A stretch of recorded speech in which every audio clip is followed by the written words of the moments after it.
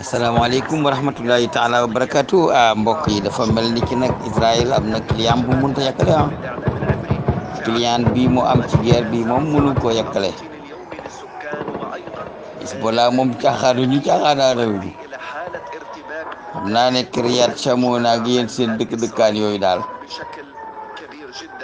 seet leen daal bu ngeen seetee da ngeen gis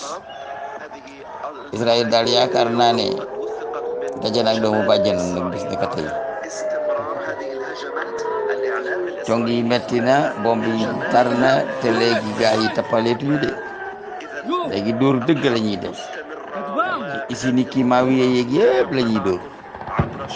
li ñuy yàqal Israël bari na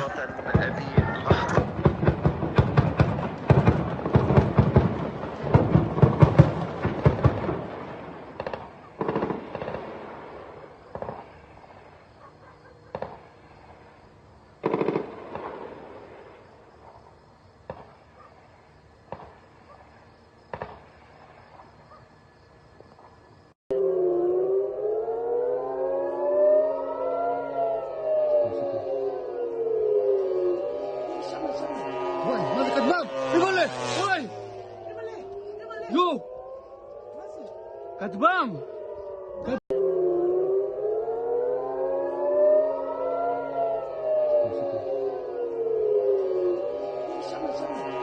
ماذا كتبام يقول يو كتبام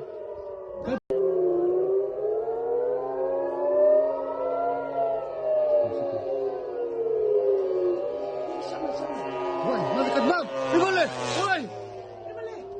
يو كتبام